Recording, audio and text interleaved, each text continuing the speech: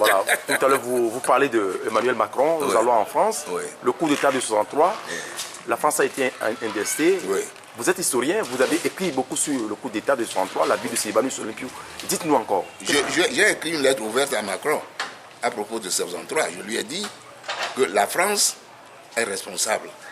Et en vertu du principe de la continuité de l'État, sa propre responsabilité est en jeu. Et que par conséquent, qu'il fasse tout pour nous éviter, n'est-ce pas, un génocide ici. Je lui ai écrit une lettre ouverte.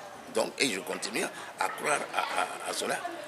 N'est-ce pas? Le problème du Togo, qui est né au petit matin du 13 janvier 1963, comme par hasard cette année, ça tombe sur un dimanche, c'était un dimanche, est dû au fait que la France a décidé de tuer biologiquement Sylvanus Olympio, qui venait de décider de créer une monnaie nationale togolaise, en lieu et place du fameux franc CFA.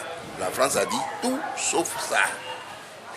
Et on instrumentalise les Yadema qui venaient d'être démobilisés suite à la fin de la guerre d'Algérie et qui sont rentrés.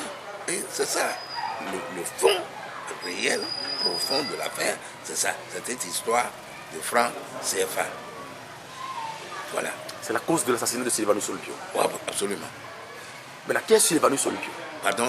Qui est Sylvanus Olympio? Mais Sylvanus Olympio, c'est celui qui a conduit la lutte du peuple togolais pour son indépendance de bout en bout et qui va proclamer l'indépendance le 27 avril 1960 ici à Lomé, et il va être nommé Premier ministre et élu premier président togolais démocratiquement élu, mais qui va être assassiné quelques mois plus tard, le 13 janvier 1963.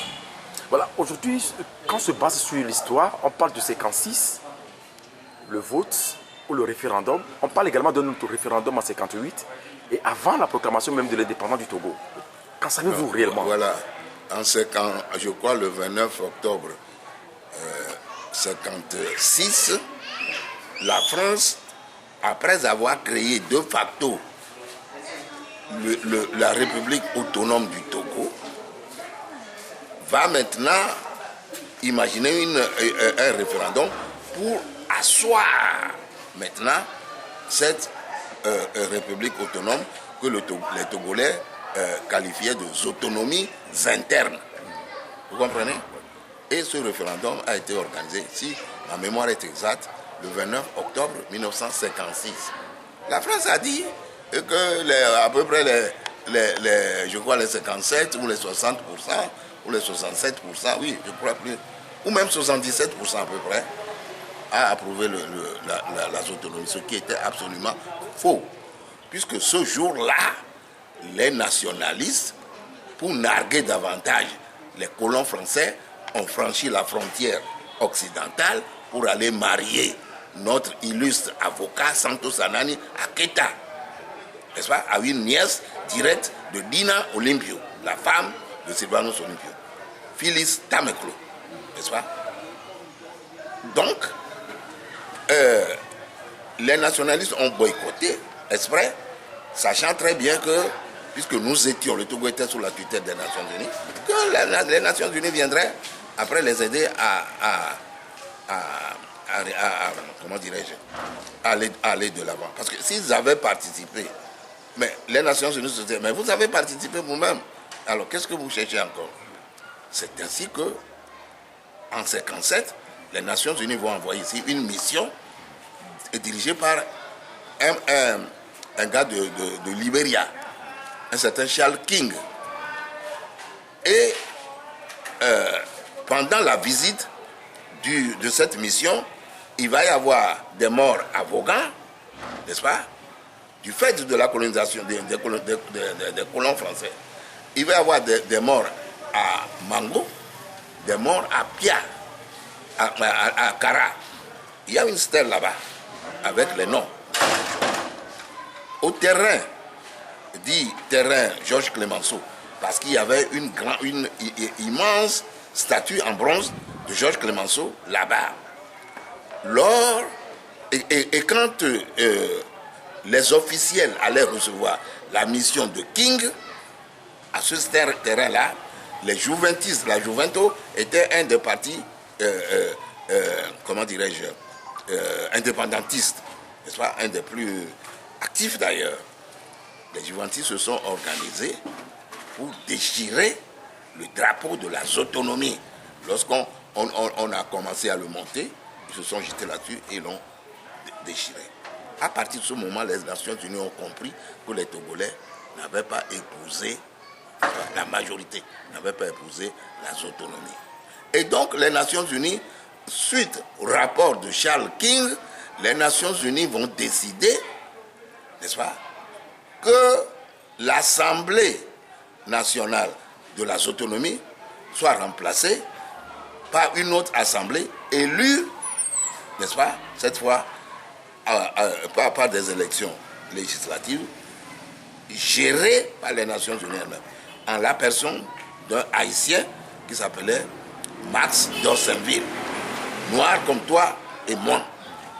Et M. Dorsainville, habile qu'il était, intelligent qu'il était, sachant que leurs ancêtres sont venus d'ici, du Dahomey, du Nigeria, du Dahomey et de la Gold Coast, n'est-ce pas, va s'arranger non seulement à superviser ces élections, comme la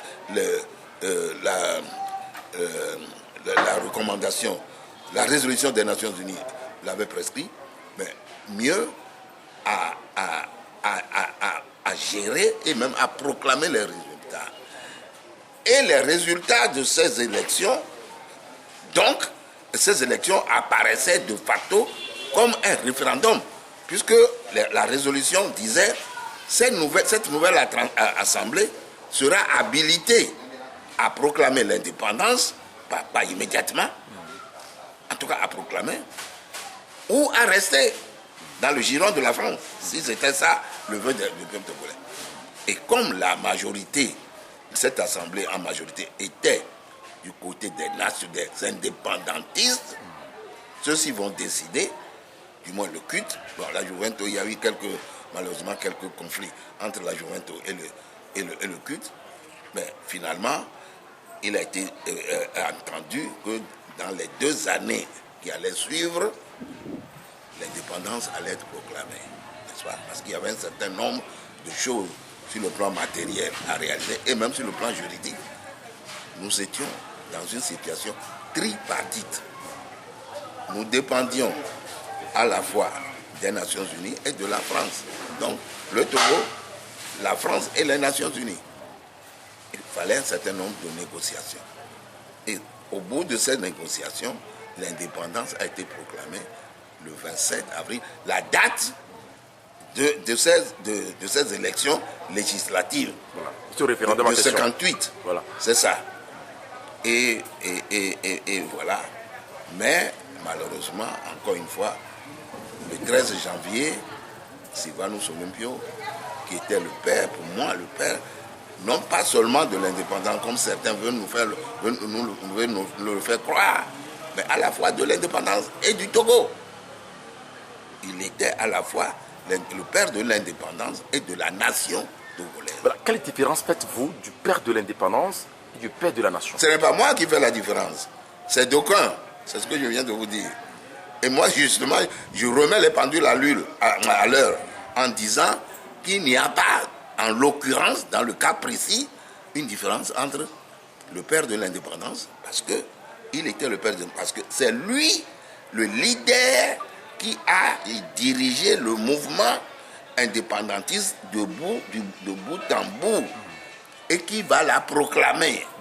Maintenant, père de la nation, parce que dans l'histoire, on appelle quelqu'un ou quelqu'une père ou mère de la nation lorsque cette nation soit est tout à fait neuve ou bien est en voie d'être reconstruite. Si vous allez en Turquie, on vous dira que Atatürk, Mustafa Kemal Atatürk est le père de la Turquie moderne. Vous allez en Inde, Gandhi, Mahatma Gandhi, est le père de l'Inde moderne. Vous allez en Égypte, Gamal Abdel Nasser est le père de l'Égypte au Ghana ici. Ghana, oui. Kwame Nkrumah est le père du Ghana. C'est ça. Donc l'homme est pour moi à la fois le père, mais d'abord, et comme ce qui peut le plus peut le moins, moi j'ai dit tout simplement père de la nation togolaise. En 2005, lorsque mourut Eyadema et que son fils, on a confié le pays, la gestion du pays à Faure Gnassingbé, celui-ci, c'est-à-dire Faure, a mis sur pied une commission avec feu évêque d'Ossé à sa tête, et l'évêque nous fait un rapport et il propose que l'on nomme, n'est-ce pas, ou que l'on nomma, n'est-ce pas, Silvano Solompio, père de l'indépendance, et Eyadema, père de la nation. J'ai dit non. Parce que quand, passez-moi le mot, quand on concevait le Togo, Eyadema n'était pas au Togo. Il faisait les guerres coloniales pour la France, en Indochine d'abord, au Vietnam, puis en Algérie. Comment peut-il être le père de cette nation-là? Non, il n'était pas là. Il n'était pas là. Et j'écris un bouquin que j'ai intitulé tout simplement Silvano Solompio, père de la nation togolaise. Et comme qui peut le plus peut le moins, il est donc en même temps père de l'indépendance. C'est lui qui l'a proclamé. Alors, donc vous soutenez votre thèse sur la base du fait que Général Feu et Général Eyadema n'étaient pas au Togo, il n'a pas mené le combat pour l'indépendance du Togo. Mais pas du tout, il n'était pas là. Il faisait les guerres coloniales au Vietnam puis en Algérie. Voilà, il est rentré après la fin de la guerre d'Algérie, n'est-ce pas, suite au traité de Vian. C'est ça.